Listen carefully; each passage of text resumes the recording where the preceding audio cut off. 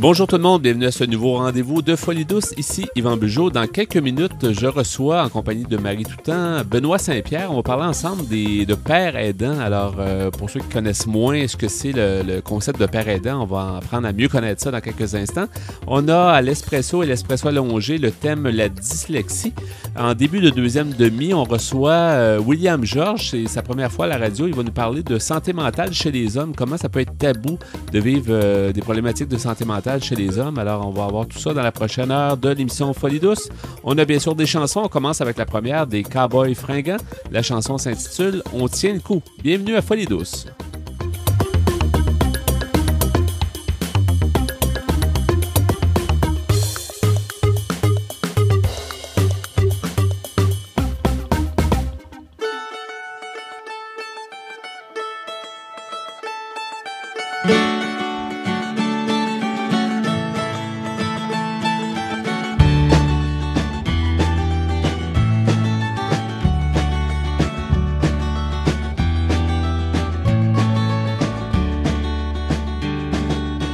Déjà un bail que l'ami Cupidon est venu viser bullseye dans le cœur de bière de ce pauvre con qui se noyait dans son verre.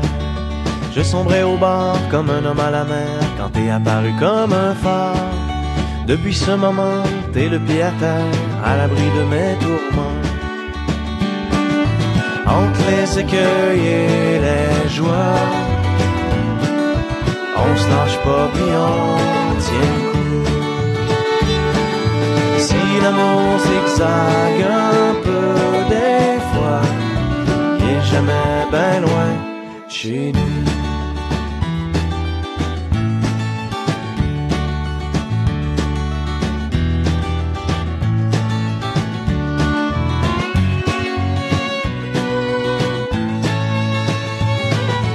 Faire un bout à deux, c'est toujours hasardeux, c'est jamais une belle ligne droite. Les fleurs du tapis nous font des jambettes pour nous compliquer la vie. Sans compter les tuiles, les trous pis les flaques d'huile qui nous attendent au détour.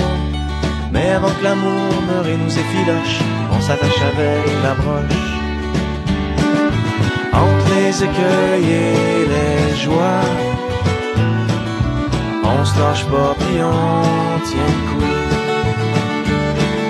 Si l'amour zigzague un peu des fois, il est jamais ben loin chez nous.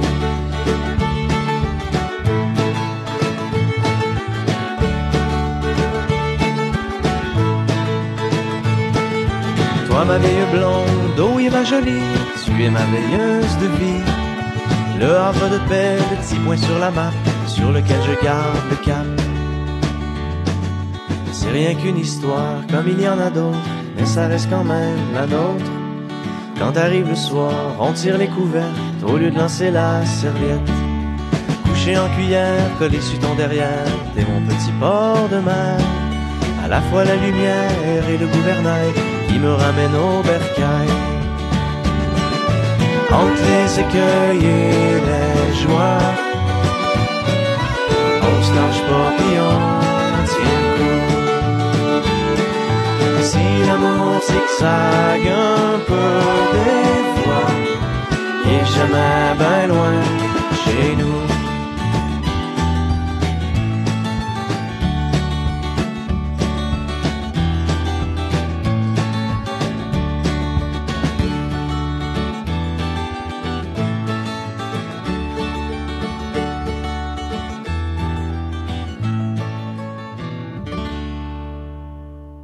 Vous écoutez présentement l'émission Folie douce, le rendez-vous hebdomadaire radiophonique traitant de santé mentale. C'est avec plaisir que je reçois Marie Toutan. Bonjour, Marie. Allô, Yvan. Bonjour, bienvenue à l'émission Folie douce. Alors aujourd'hui, on reçoit un invité que tu nous amènes encore une fois. Tu nous amènes des invités très intéressants à notre micro. Il s'agit de Benoît Saint-Pierre. J'aimerais ça que tu nous le présentes un peu. On va parler d'un sujet aussi très important, très nouveau, jusqu'à un certain point, santé mentale. Alors oui, j'ai le plaisir de recevoir Benoît qui vient nous parler de son titre, de sa fonction à titre de coordonnateur du Conseil des pairs à Projet Chez Soi à Montréal et de son rôle aussi en tant que père aidant à ce même Projet Chez Soi au CSS Jeanne-Mance. Et de plus, Benoît est vice-président de l'Association des pères aidants du Québec. Donc, Benoît vient ici pour nous informer de ce qu'est le métier, entre autres, de père aidant et de la formation qu'il a suivie. Donc, bienvenue. Oui, bienvenue, Benoît. Merci. C'est agréable de te recevoir à notre micro. J'aimerais ça, justement, pour le bénéfice de tous des auditeurs et de nous-mêmes, que tu nous expliques un petit peu, tu nous présentes un peu, ce qu'on entend beaucoup parler de ça, père aidant. C'est assez nouveau, je dirais, en santé mentale. Oui, en effet. Donc, peut-être juste nous situer là, de façon historique, mais aussi de savoir plutôt que la définition de ce que ça veut dire. Hein. En fait, moi et plusieurs autres, on est le fruit, entre autres, du plan d'action 2005 en santé mentale. OK, de 2005-2010, là, qu'on a parlé, qu'on parle encore beaucoup. Qu'on parle là. encore, qui est encore actuel, en fait. Donc, à partir de là, les instances avaient décidé d'inclure des pères aidants spécialisés en santé mentale dans 30% des équipes. Donc, un père aidant, à ce niveau-là, on est appelé à vraiment à être intégré au niveau des services, que ce soit communautaire ou institutionnel. Notre rôle, en fait, c'est on est un petit peu porteur d'espoir par rapport aux personnes avec qui on fait affaire. Donc, des personnes qui vivent un problème de santé mentale. Aussi, en fait, on parle de rétablissement aussi. Quand on parle de père aidant, dans le fond, c'est un aidant, mais qui connaît les problématiques, qui sait de quoi il parle. Effectivement, c'est un peu ça, quand on dit père aidant, c'est pas père comme P-E, accent grave R-E, mais P-A-I-R. Donc, en fait. Un père à nous, effectivement. c'est ça. Donc, moi, j'ai... Si on est père aidant, on a tout d'abord un problème grave qu'on dit grave de santé mentale, mais en même temps qu'on vit un rétablissement satisfaisant. Oui, on se sent bien, mais on a connu ce que c'est. On le vit parce que ça se vit au courant de notre vie, même si on est rétabli. Effectivement. Donc, c'est ça que je trouve intéressant de ce point-là, c'est-à-dire que je pense que les personnes qui reçoivent les services aussi doivent apprécier ça parce qu'ils savent que tu sais de quoi tu parles, puis les pères aidants savent de quoi ils parlent. On sait de quoi on parle, oui, mais surtout, on apporte à la personne le fait que, regarde, les choses peuvent bien aller. Oui, peut-être que présentement, tu es dans une détresse, mais les choses peuvent bien aller et ce n'est pas permanent ce que tu vis présentement. Ouais. Donc, c'est là l'intérêt de nous embarquer dans les services, d'être inclus dans les services, pour justement apporter l'espoir, pour les aider. Dans le fond, mon rôle, c'est qu'on met ça théâtral. Au niveau théâtre, moi, je suis le vigile sur son bateau. Ouais. Et que je lui indique peut-être certaines obstacles, mais aussi peut-être aussi des endroits intéressants à aller explorer. Ouais. Donc, c'est un petit peu ça. Une grande inspiration. Est-ce que tu peux nous parler du contexte dans lequel tu travailles? Est-ce qu'il y a des points positifs ou des points à améliorer sûrement parce que c'est un nouveau métier, donc... Moi, avec les équipes que je travaille au Projet Chez Soi, sont vraiment pro-rétablissement, donc ça aide un père aidant, hein, parce que quand on arrive dans les services et les services ne sont pas pro-rétablissement et je suis le seul fort au niveau du rétablissement, ça peut être difficile pour un père aidant. Pour moi, c'est satisfaisant la manière que ça travaille au Projet Chez Soi, parce que le monde sont pour la pleine citoyenneté et tout ça. C'est bien le projet qui a un rapport avec l'itinérance, entre autres, oui. Chez Soi, qui on en parle beaucoup, un grand projet national d'ailleurs. Oui.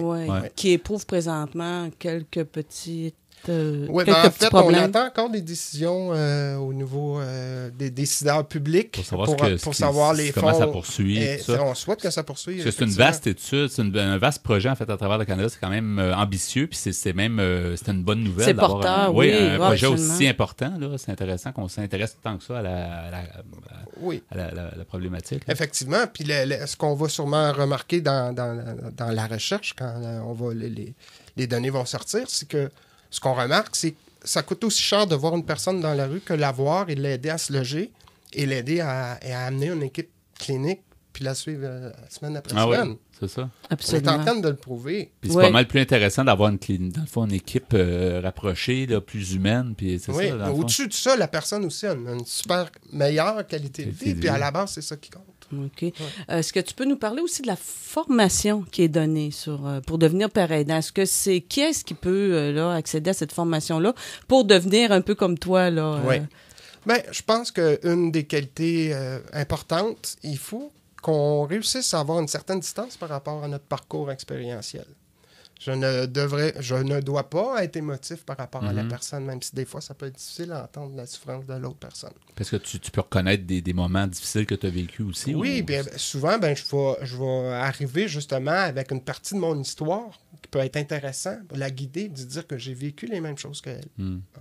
Ouais. J'ai vécu la médication, j'en prends encore la médication, je suis satisfait, je l'ai travaillé, je l'ai optimisé, ma médication. Et en plus, bien souvent, si on parle de médication, une personne qui arrive à l'urgence et reçoit sa médication, sûrement une fois dans sa vie, ça va être pour la première fois, s'attend à un résultat, mais le résultat n'est pas là. C'est le travail qui commence et on apprend à vivre avec la médication, puis on apprend aussi à bien la gérer, on apprend aussi à discuter avec son équipe traitante pour voir ça me fait pas, ou des choses comme ça. Ouais. Finalement, vous proposez aussi d'autres avenues à la personne que la médication oui. pour qu'elle comprenne qu'elle pourra se réintégrer dans la société. Tout à fait, parce que là, on parle de médication, mais la médication, c'est pas une obligation à vivre un rétablissement satisfaisant non plus. Il y a des personnes qui le vivent sans médication. Benoît, il y a combien de pères aidants? Est-ce qu'on a Présentement, dénombré? Le chiffre exact, je te dirais, on est à l'entour de 90 formés présentement. Intéressant quand même. Hein? Est-ce qu'il y en a dans toutes les régions qui... Pas toutes les régions. Non, pas encore. En OK. fait, on se retrouve... Évidemment, c'est très fort dans la région de Québec. Oui. À Montréal, on a du retard, mais je crois qu'il y a une vague qui s'en vient. Il y a des choses qui se passent. On voit les gestionnaires répondre, nous écoutent, sont intéressés. C'est vraiment un mouvement qui prend forme et puis c'est positif de voir ça. Des fois, on trouve que c'est peut-être long un peu, mais quand même, on voit que ça avance. Là, c'est des bases solides aussi qu'on installe. Hein, oui, effectivement, parce qu'on peut faire part, effectivement, Oui. aux cliniciens qui sont présentement en place, les travailleurs sociaux, les psychologues, les psychiatres, tout ça. Oui. Mais on n'est pas là dans la confrontation avec eux. On travaille ensemble. On n'est pas là pour chambouler le système, peut-être, mais en complicité avec eux. Puis pour le mieux. T'sais. Pour le mieux. Si on chamboule pour le mieux. Je veux dire, pour la cause on aussi. On peut pas être contre ça. Oui, hein. effectivement. Ouais. Et au quotidien, je sais pas si, tu sais, je veux dire, des fois ça peut paraître flou, là, mais je veux dire, jusqu'à quel point l'implication du père aidant va, par exemple, est-ce qu'il y a des limites? Est-ce que c'est quoi un peu votre... le cadre du travail. Oui, le cadre un peu, puis les limites où on doit pas aller, je me demande, c'est selon cas par cas, mais y a-tu comme... Il y a une certaine distance thérapeutique, effectivement. Moindre peut-être que d'autres professionnels. Ouais. La seule que moi je m'accorde, c'est cela de pas se faire, de pas inviter les personnes chez nous. Ouais. Entre autres, non plus, si j'ai une mauvaise passe dans ma vie, je n'irai surtout pas parler de ça à la personne à qui je traite. OK. Et je vais surtout rester chez nous cette journée-là. OK. Tu peux te retirer un peu du processus si tu sens que toi-même, tu n'es pas tout à fait en forme, ce qui est bien. Là. Effectivement, mais moi, je me le permets, puis ça arrive très rarement. D'ailleurs, les recherches le disent que les pères aidants, si on parle des personnes qui travaillent en relation d'aide, c'est les personnes, si on parle en Georgie, entre autres, qui s'absentent le moins dans les services. Donc, c'est surprenant, mais c'est ça. Je le vis présentement. Ouais. Mais moi, est-ce que je me trompe ou vous êtes... on a pensé au concept, là, si on peut appeler ça un concept, que vous soyez deux, justement, si jamais il y en a un qui quitte pour différentes raisons. Effectivement, vu qu'on commence tranquillement, il y a beaucoup de pères aidants qui travaillent isolés. Oui. Hein? C'est difficile. On essaie présentement, grâce à l'association, de créer un certain réseau. Évidemment, ça va nous prendre du financement, ça va nous prendre des ressources, tout ça. Ouais. Donc, évidemment, on souhaite, je pense que si le plan d'action... continue à aller dans ce sens. Si on veut suivre le plan d'action, il va falloir qu'on nous soutienne à ce niveau-là. Absolument. Parce que c'est important, dans le fond. Puis je pense que, oui, présentement, nous, au projet Chez Soi, on est présentement 3. Mais plusieurs personnes où est-ce qu'on est seul. Être 3, des fois, oui, on peut s'échanger entre nous. Et si c'est d'avoir un petit peu de réconfort aussi. C'est intéressant. Comment tu vois l'avenir est-ce que ça s'annonce quand même? Est-ce qu'on peut être positif ou c'est encore plutôt flou? Est-ce qu'on pense que ça va justement prendre son envol? Si on arrêterait de l'intégration des pères aidants aujourd'hui, le Québec prendrait un recul par rapport à tout ce qui se fait dans le monde occidental. Donc, on est loin en arrière, mais on n'est pas si loin en arrière. On a pris notre vitesse, il ne faut pas lâcher. Il ne faut pas lâcher, puis il faut regarder ce qui se passe ailleurs, puis il faut aussi mettre ça à la saveur québécoise. Puis je pense qu'on est bien parti à ce niveau-là. Il nous reste un petit peu plus que 2 minutes. Marie, je ne sais pas si tu voulais mentionner si tu avais autre chose ou sinon même il y a un DVD qui semble intéressant aussi. On peut parler du DVD. Je pense que je vais laisser Benoît en parler. Oui. Il connaît plus que moi. C'est un DVD qu'on a fait en 2009, en fait. C'est du fou aux collègues de travail qui a été fait, en fait, justement pour les gestionnaires et les futurs employeurs de père aidant. OK. Puis en plus, ça peut... on s'aperçoit aussi que ça touche toute la société, toute la communauté peut écouter ça, puis ça peut avoir des choses intéressantes. C'est un DVD qui est disponible quand même, qu'on peut se procurer? Oui, on peut se le procurer à la QRP. Et quand l'Association québécoise de réadaptation psychosociale. On peut chercher, par exemple, par Internet. Oui, quand tu parles, on a encore peut-être 1 minute et quelques, là, au niveau de l'employeur, employeurs, quand tu dis ils vont engager un père aidant, donc comment ça se passe ou c'est quoi un peu le... Pour les employeurs ont le goût de travailler avec les pères aidants. Les services ont le goût de plus en plus de travailler avec les pères aidants. La problématique qu'on a présentement, c'est de se faire reconnaître comme profession. OK. Et le problème qu'on a, c'est que nous, comparativement à tous les professionnels de la santé, nous, c'est pas le parcours académique qui nous dicte où est-ce qu'on va travailler, mais bien, c'est un parcours expérientiel. Donc, c'est une chose qu'il faut travailler. Il faut conscientiser les personnes qui vont prendre des décisions. Puis je pense qu'on a notre place dans le service. Oui, absolument. C'est intéressant. Mot de la fin, Marie?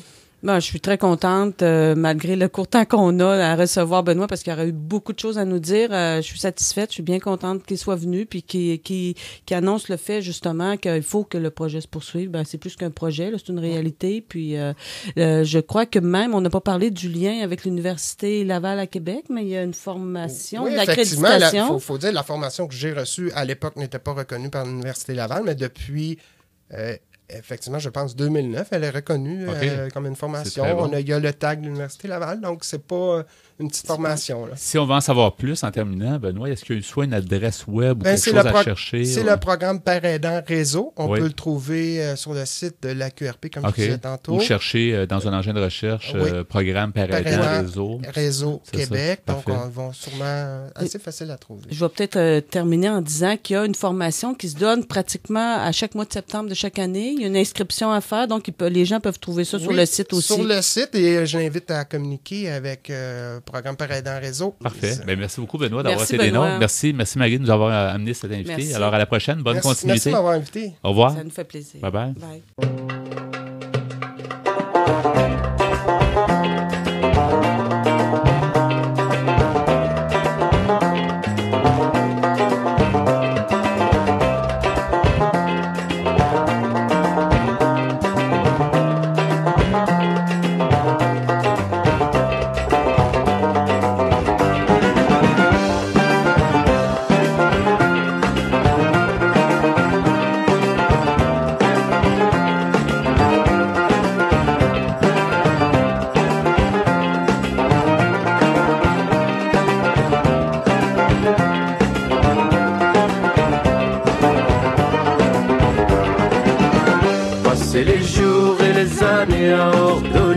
Sonner, compter les faits et les méfaits dans un faux conte de fées.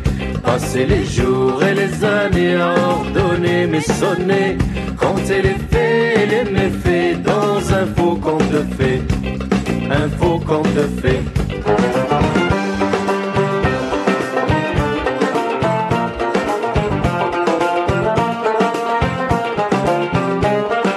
Je parle d'hier, de l'histoire d'un jour, de cette poudrière où le temps n'a plus cours. Je décris au mieux mes projets ambitieux. Je fais mon mea culpa au rythme de la rumba. Je décris au mieux un monde vicieux où même les étoiles empilées. Je ne fais que passer les jours et les années à ordonner, mais sonner, compter les faits et les méfaits dans un faux conte de fées. Passer les jours et les années à ordonner, mais sonner, compter les faits et les méfaits dans un faux conte de fées. Un faux conte de fées.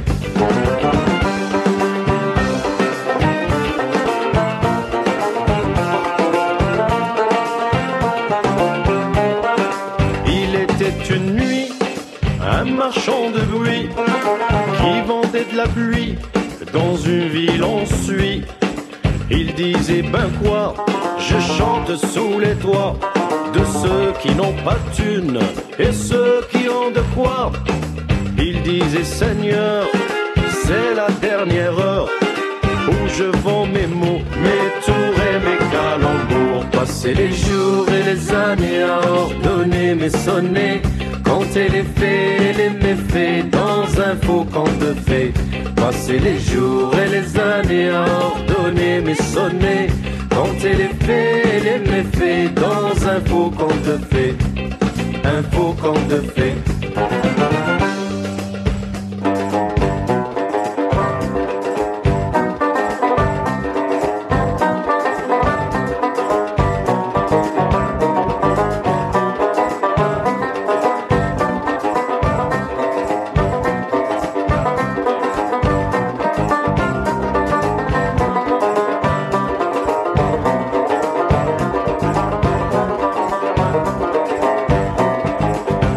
Passer les jours et les années à ordonner mes sonnets, compter les faits, les méfaits dans un faux conte de fées. Passer les jours et les années à ordonner mes sonnets, compter les faits, les méfaits dans un faux conte de fées. Un faux conte de fées. Passer les jours et les années à ordonner mes sonnets, compter les faits, les méfaits dans un faux conte de fées.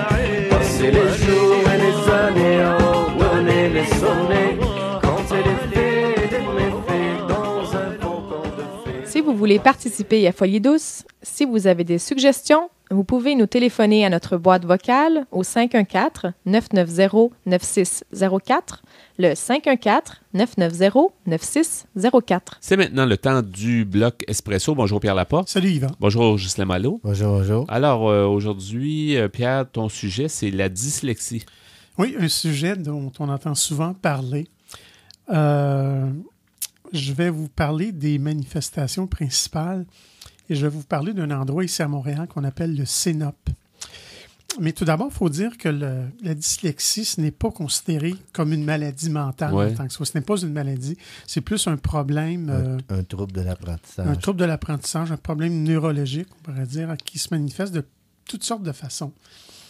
Ce qu'on nous donne sur le site, justement, du CENOP, en fait, je vais vous donner tout de suite le CENOP, c'est le Centre d'évaluation neuropsychologique et d'orientation pédagogique. C'est situé à Montréal. C'est au 30 de la rue Fleury-Ouest à Montréal. Le numéro de téléphone, c'est dans le 514, c'est le 858-6822, mais j'y reviendrai un peu plus tard. Alors, la définition qu'on nous donne de la dyslexie, c'est que c'est un trouble persistant de l'acquisition et de l'automatisation de la lecture. Ce trouble affecte la vitesse et la précision en lecture. Il engendre donc souvent une lecture imprécise qui nuit grandement à la compréhension. Ces atteintes s'accompagnent toujours de difficultés en écriture, ce qu'on appelle la dysorthographie.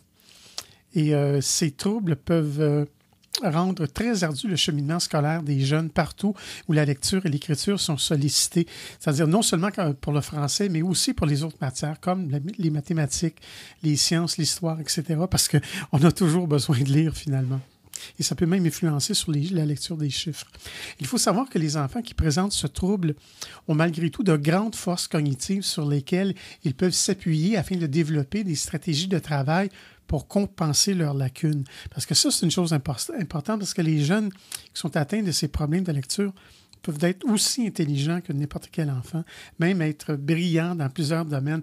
On pensait auparavant que c'était des gens qui avaient des retards au niveau mental, qui étaient peut-être arriérés, comme on disait avant, là. Mais ce n'est pas le cas du tout.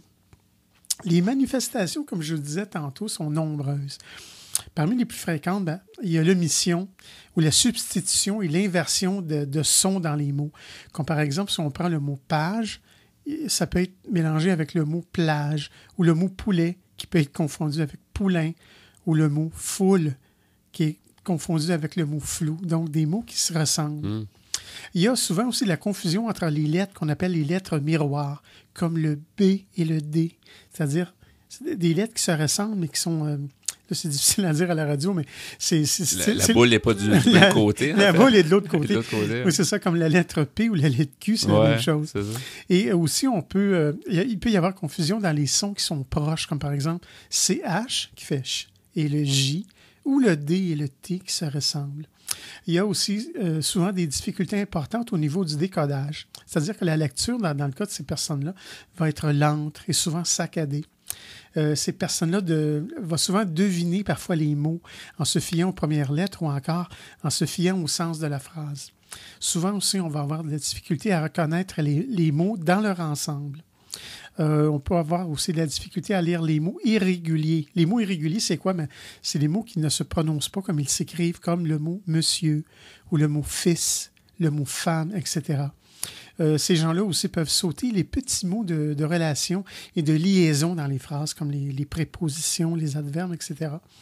Aussi, souvent, il y a la compréhension de la lecture est difficile puisque l'enfant est centré sur le décodage. Donc, ils mettent tellement d'efforts là-dessus qu'ils vont perdre le vrai sens de la phrase. Aussi, il y a une grande fatigue lors d'une tâche de lecture parce que c'est plus ardu pour ces gens-là. On parle ici d'enfants, mais évidemment, ça peut être des adultes. Est-ce que tu vas peut-être y arriver, mais est-ce que ça peut se poursuivre longtemps? Est-ce que les gens peuvent quand même contrôler ça ou s'ils demeurent dyslexiques? Il y a plusieurs choses à faire, puis il y a de plus en plus d'aide qui est fournie de nos jours. Il y a toutes sortes, il y a même des logiciels qui sont faits surtout par ces personnes-là pour les aider à mieux prononcer, etc. C'est quand même important de les récupérer le plus tôt possible. Oui. Il faut savoir qu'en milieu scolaire, les jeunes présentant ce trouble spécifique peuvent bénéficier de mesures d'adaptation ciblées et individualisées selon le profil des enfants, leur permettant de s'actualiser malgré leurs difficultés, comme par exemple, ces enfants-là, peut-être qu'ils n'aiment pas ça, mais ils peuvent faire du temps supplémentaire, ils peuvent avoir accès à des notes de cours informatisées. Il y a une certaine souplesse aussi dans la correction des erreurs grammaticales, etc. Maintenant, je vais vous parler du suivi orthopédagogique ou ce qu'on appelle orthophonique. Une fois le diagnostic posé et la nature du trouble explicitée, la rééducation s'oriente alors selon les besoins et les caractéristiques de l'enfant, parce que ça varie beaucoup d'un enfant à l'autre. Mais on va y revenir un peu plus tard dans l'émission. Oui, dans le deuxième bloc. Merci beaucoup. Un beau sujet, la dyslexie. Donc, à Folie douce, demeurez des nôtres.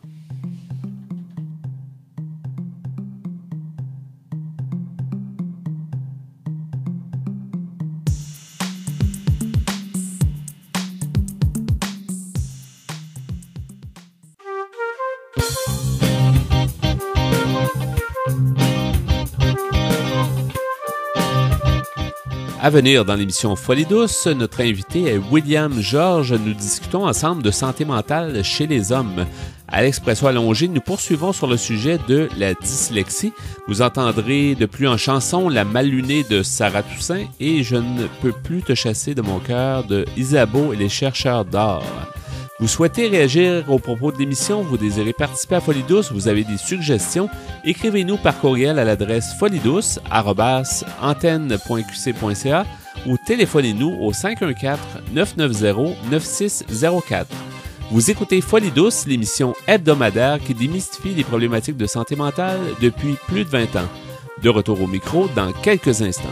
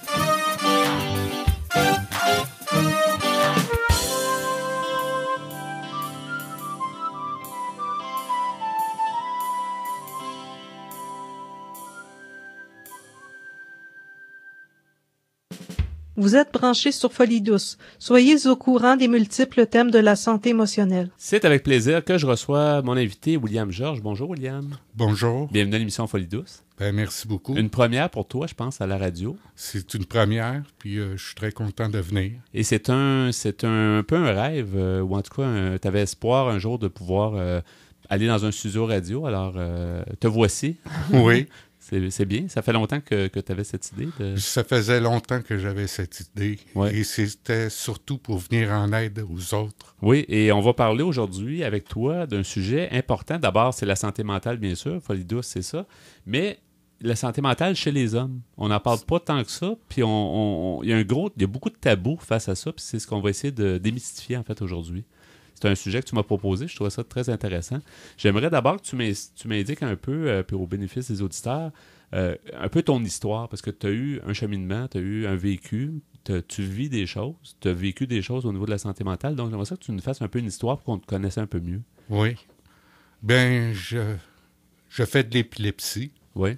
Et j'ai travaillé plusieurs années dans une entreprise où j'ai dû tout d'abord organiser mon travail et ainsi que performer au travail. Dans quel domaine? Dans le domaine de la cuisine aérienne. Ah oui, OK. Donc, c'est quand même, ça doit être quand même assez stressant. Il y avait beaucoup de stress ainsi que beaucoup de travail, une grosse charge de travail. Grosse charge de travail, puis une certaine pression. Une certaine pression. Oui. Et l'épilepsie, en fait, c'est une problématique que tu as depuis longtemps? C'est une problématique que j'ai depuis longtemps, mais que j'ai appris à vivre avec. OK. Puis donc, tu as toujours certaines problématiques, mais ça peut se contrôler, en fait. Ça peut se contrôler, oui. D'accord. Et donc, les années passées, tu as fait quelques années, j'imagine, à travailler dans ce domaine-là. Est-ce que c'est ça qui a déclenché, d'après toi, les problématiques de santé mentale que tu as eues, en fait? Non, le problème de ma santé mentale, c'était surtout au niveau du travail. OK. À cause de la surcharge de travail, de voir les gens courir autour de moi et toujours avoir cet esprit de performer, parce que je voulais quand même organiser mon travail en disant qu'aujourd'hui, j'ai pu faire les tâches qu'on m'a demandées. Oui. Donc, tu voulais, c'est ça, remplir tes fonctions. Mais je voulais remplir mes fonctions. Est-ce que tu as fait ce travail-là longtemps? J'ai fait ça durant 20 ans. OK. Wow. Ça peut brûler quelqu'un, comme on dit. Oui. Effectivement. Donc, qu'est-ce qui est arrivé? Je veux dire, à un certain moment, tu n'as pas eu le choix de quitter ton emploi, j'imagine, des problèmes? Ben, quand j'ai eu 44 ans, j'ai eu une très grande fatigue. Très grande fatigue, mais je me disais, je vais toujours vaincre cette fatigue. Mais je suis arrivé un jour au bout de mon rouleau que j'ai dû rencontrer mon neurologue pour lui en parler. C'est mon neurologue qui m'a référé à l'hôpital Louis H. Lafontaine, okay, où j'ai rencontré un psychiatre et qui m'a dit que je faisais une dépression majeure. OK. Donc, ça pouvait être relié à ta fatigue extrême, dans le fond. Le sentiment de fatigue, c'était la dépression, dans le fond. C'est ça. OK. Et suite à ça, donc, obligé de prendre une pause. Une pause. À l'hôpital un peu, puis j'imagine chez toi après. Chez moi aussi, j'ai été hospitalisé durant 3 mois. Ah oui, quand même. C'était très, très important. C'était très important parce que le facteur de stress, de fatigue, me donnait envie de rien. Et aussi, j'avais des mauvaises pensées. Ah oui? Oui. Okay. Très négatives. Puis très négatives. Idées noires, j'imagine. C'est ça. C'est ça. Alors ça, c'est un cheminement on apprend assez durement, en fait. Oui. Est-ce que tu avais déjà été un peu en contact? Avais-tu certaines connaissances au niveau de la santé mentale à cette époque-là, quand c'est arrivé? Aucune. Donc, tu as appris comme par toi-même, en fait, ce qui se passait. Qu'est-ce que tu peux en dire de ton... disons, le côté l'hospitalisation, puis ensuite ton rétablissement, parce que tu sembles mieux, en tout cas, aujourd'hui? Oui, je suis beaucoup mieux parce que j'ai été très bien encadré. OK. Surtout par ma famille, ma conjointe, ainsi que par mon psychiatre. OK. Ça, c'est important d'avoir un milieu, un environnement qui va nous aider. On en parle souvent, dans le fond. Oui. Les proches, s'ils ne sont pas là ou s'ils ont s'ils vont agir avec préjugés, souvent ça fait mal à la personne, des fois plus mal que même la maladie elle-même. En fait. C'est justement. C'est ça. Et justement, on voulait absolument que tu viennes nous parler au micro parce que ton histoire, en fait, c'est aussi de vivre avec des problèmes de santé mentale comme en étant un homme. Alors, en étant un homme, il y a des préjugés qui sont peut-être moins présents chez les femmes. C'est déjà tabou, la santé mentale. Mais chez les hommes, qu'est-ce que tu pourrais dire qui a peut-être été le plus dur? Ou qu'est-ce que tu as vu? Ou qu'est-ce que tu aurais à dénoncer au niveau de la... Qu'est-ce qui est le plus dur? C'est que chez un homme, on est supposé d'être fait fort auprès des autres. Hein? Ouais. Alors, montrer des signes de faiblesse, il y a l'estime de soi qui en prend bout. Qui en prend un coup, là. Un coup. Oui, effectivement. Mais est-ce que c'est dans la façon de le dire? Est-ce qu'on se trouve à être gêné d'en parler? Comment ça se ressent, en fait, comme en étant un homme? Ça se ressent, c'est qu'on est surtout gêné d'en parler. OK. On est surtout gêné pour nous, les hommes, les gars, d'en parler de la dépression. Et entre hommes ou plus de façon générale? De façon envers les autres. Envers les autres en général? Envers les autres en général. Oui. Et pourquoi, d'après toi, c'est si tabou? Pourquoi? Ben, comme tu disais, on est supposé... les hommes sont supposés être forts, mais on sait très bien que la santé mentale, c'est pas une maladie de faible. Là. C'est juste qu'il y a toutes sortes de raisons. Des fois, il y a effectivement une surcharge. Ou des fois, ça peut être génétique, même une prédisposition. Mais pourquoi c'est si difficile?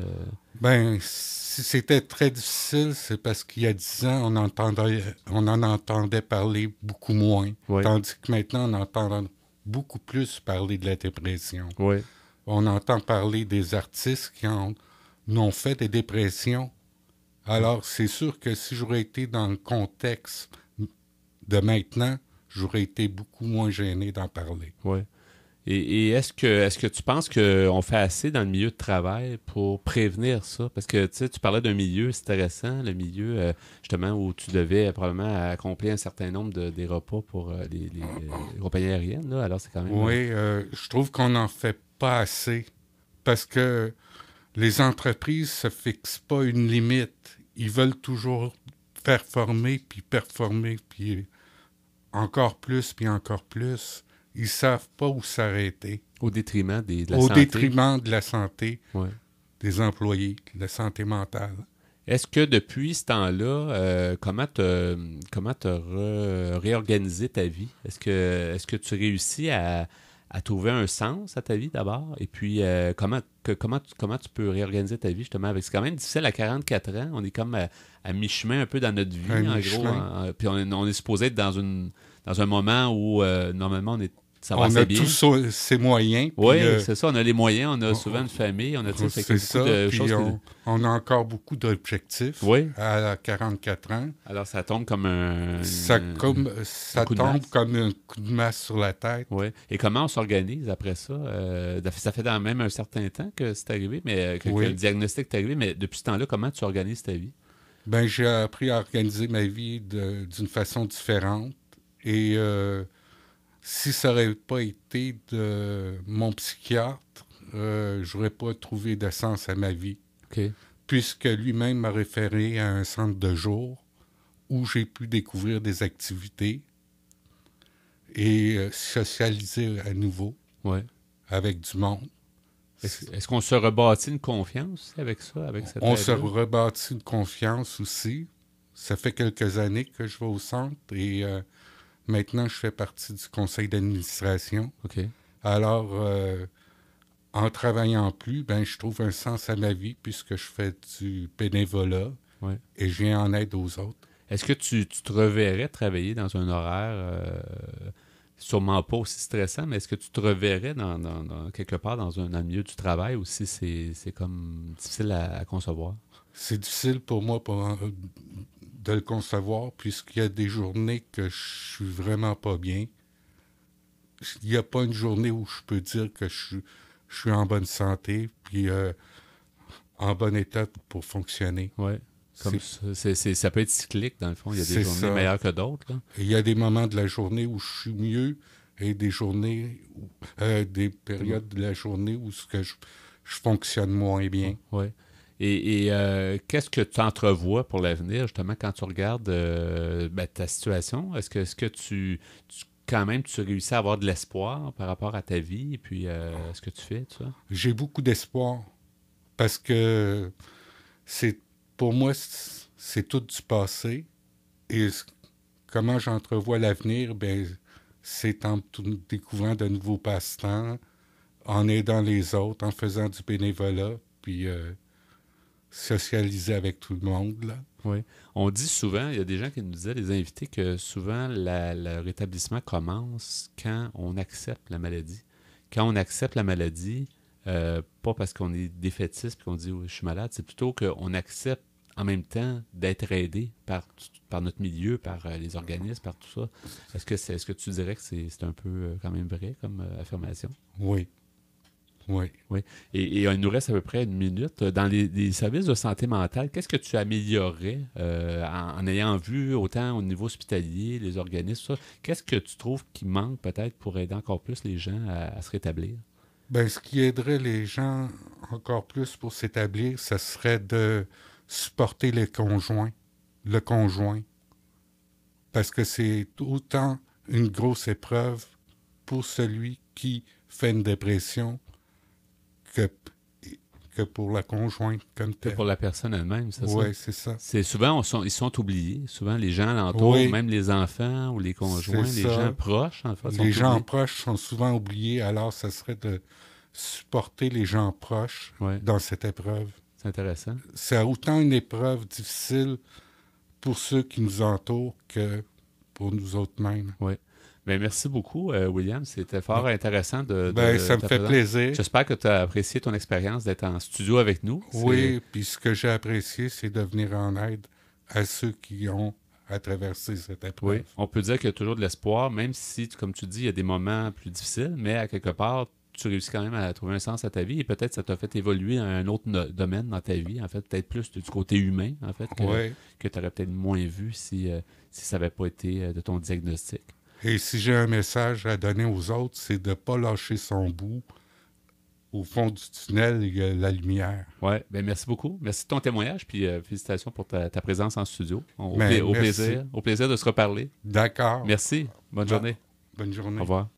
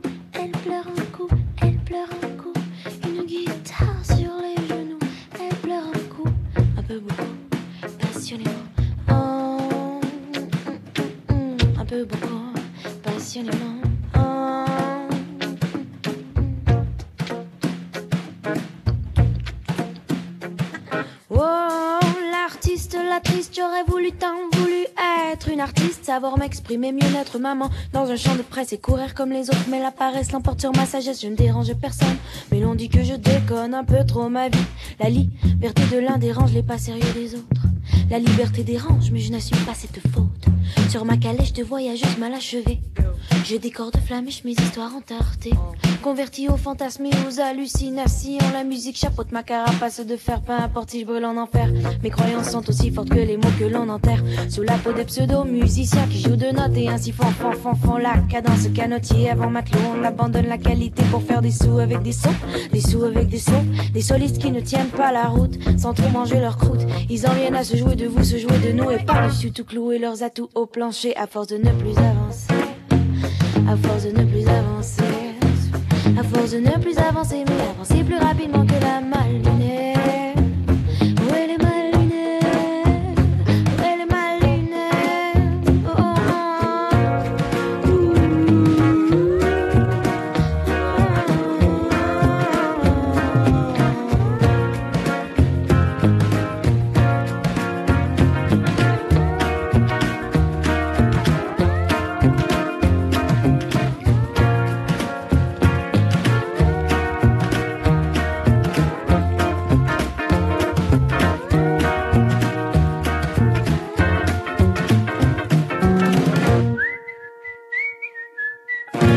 Vous voulez mieux nous connaître et communiquer avec nous?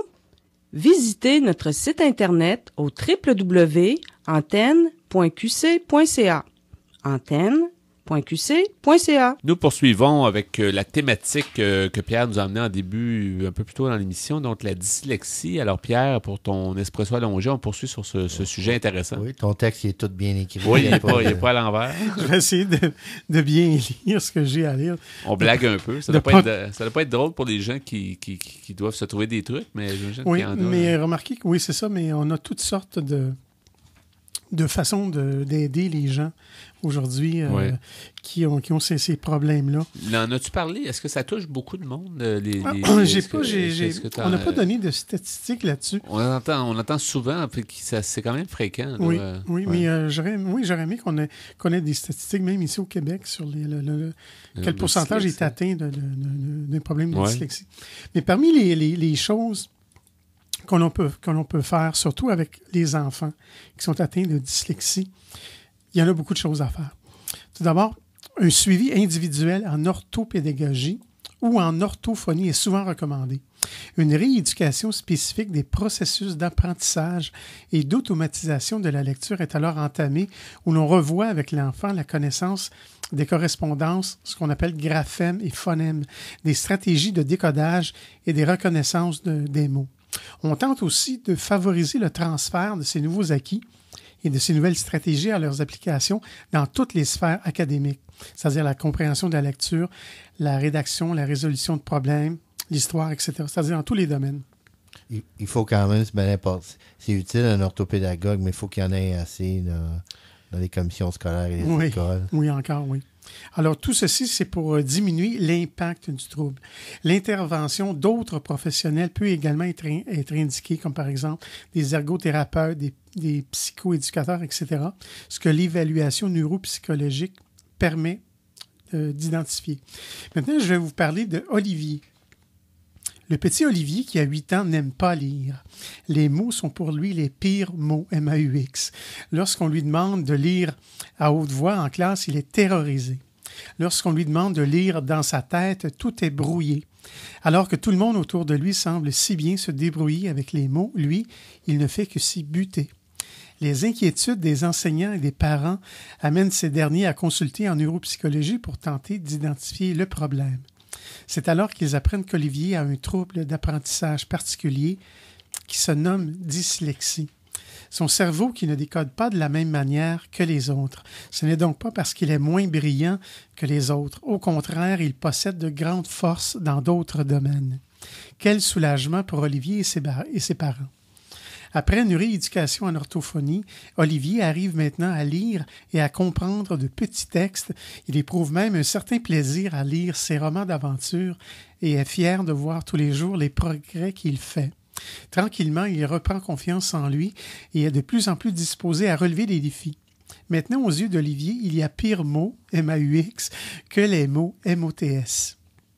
Maintenant, pour ceux qui voudraient faire évaluer leur enfant, il y a ce dont je vous ai parlé un peu plus tôt dans l'émission, le CENOP, ça s'écrit C-E-N-O-P. D'ailleurs, c'est sur le site Internet du CENOP que j'ai pris les textes que je vous ai lus ce matin. Le CENOP, je répète, c'est sur la rue Fleury à Montréal. C'est au 30 Ouest Fleury à Montréal. Le numéro de téléphone est le 514-858-6822. 514-858-6822. Est-ce qu'il y a un site Internet? Oui, les gens n'ont seulement qu'à faire CENOP, c'est-à-dire C-E-N-O-P. Ils cherchent dans un engin. Il y a toutes sortes d'informations. Il y a un autre site aussi qui est intéressant. C'est le site de l'AQETA, c'est-à-dire A-Q-E-T-A. On n'a seulement qu'à taper ce mot et on arrive sur le site, sur ce site, donc A-Q-E-T-A. C'est un site qui traite des troubles d'apprentissage. Maintenant, s'il nous reste encore un peu de temps, j'aimerais donner aux gens d'autres signes qu'on associe avec la dyslexie. Des signes avant-coureurs qui pourraient aider les parents à identifier si leur enfant est dyslexique ou non. On nous dit que la plupart des dyslexiques manifestent une dizaine des signes suivants et des comportements que je vais vous lire. Ces caractéristiques peuvent varier d'un jour à l'autre et même d'une minute à l'autre. Le paradoxe des dyslexiques est la cohérence au sein de leur incohérence. Donc, des signes généraux, l'enfant se croit bête, il a peu d'estime de soi, il dissimule ses faiblesses grâce à des stratégies de compensation parfois ingénieuses. Il a un niveau de frustration et de stress élevé face à la lecture et aux examens. Il peut être doué pour les arts, le théâtre, la musique, les sports, la mécanique, l'art du conte, les affaires, le design, la construction ou les métiers d'ingénieur. Il se disperse et rêve souvent. Il se perd facilement et n'a pas la notion du temps qui passe. Il a du mal à soutenir son attention. Il peut paraître hyperactif ou au contraire absent. Il apprend plus facilement à travers la manipulation, les démonstrations, l'expérimentation, l'observation et les supports visuels. Il a du mal à écrire ou à copier. Il a une tenue de crayon inhabituelle. Il a une écriture irrégulière ou parfois illisible. Il est souvent maladroit, mal coordonné, peu habile au jeu de ballon ou au sport d'équipe. Et il a difficulté dans les tâches de motricité fine ou grosse. Et il est sujet souvent au mal des transports. En tout cas, il y a toute une liste là, qu'on peut retrouver sur les sites dont je vous ai parlé tantôt. Parfait. Ben, beau sujet. Merci beaucoup, Pierre. Merci, Ghislain, pour ta participation. On continue en chanson à l'émission Folie douce.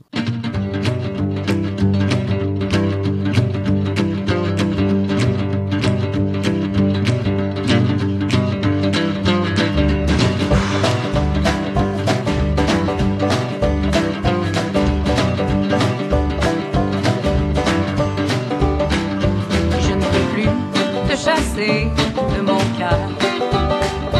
Quand je sais les matins me font peur, j'ai voulu t'oublier, tu sais que j'ai essayé, mais tu as fait monter la vapeur.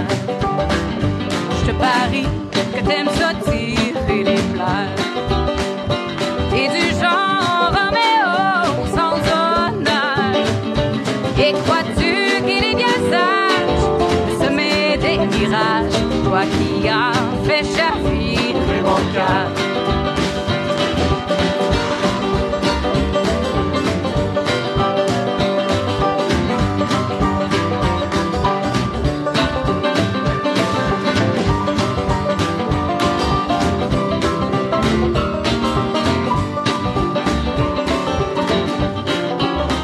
Oh, je ne peux plus te chasser de mon cœur.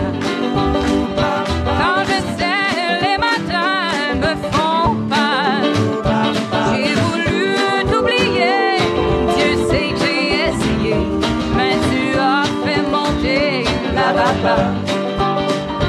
Et pour toi, l'amour est sans douleur. Oh, tu fuis toujours au moindre malheur. Tu as beau me mentir, je te laisserai pas partir, toi qui as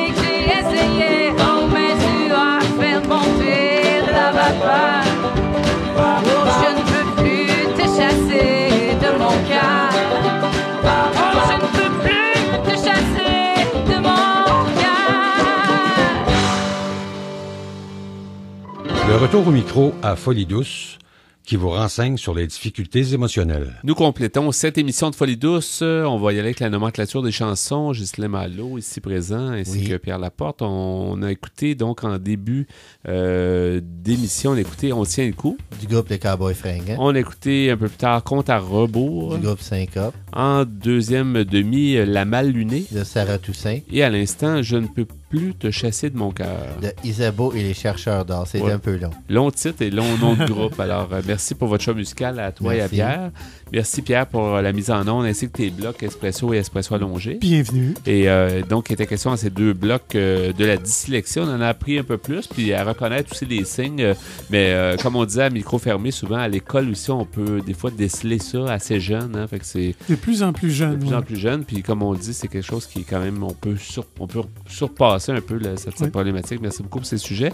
Je remercie notre invité Benoît Saint-Pierre et Marie Toutant, notre collaboratrice. On a parlé ensemble de pères aidants. Et notre invité en début de deuxième demi, William Georges, qui nous a parlé de santé mentale chez les hommes. Il nous a parlé aussi de son histoire. Alors, merci à tout le monde. C'est Yvan Bugeaud à l'animation. Bonne semaine à tous et à la prochaine Folie douce. Au revoir.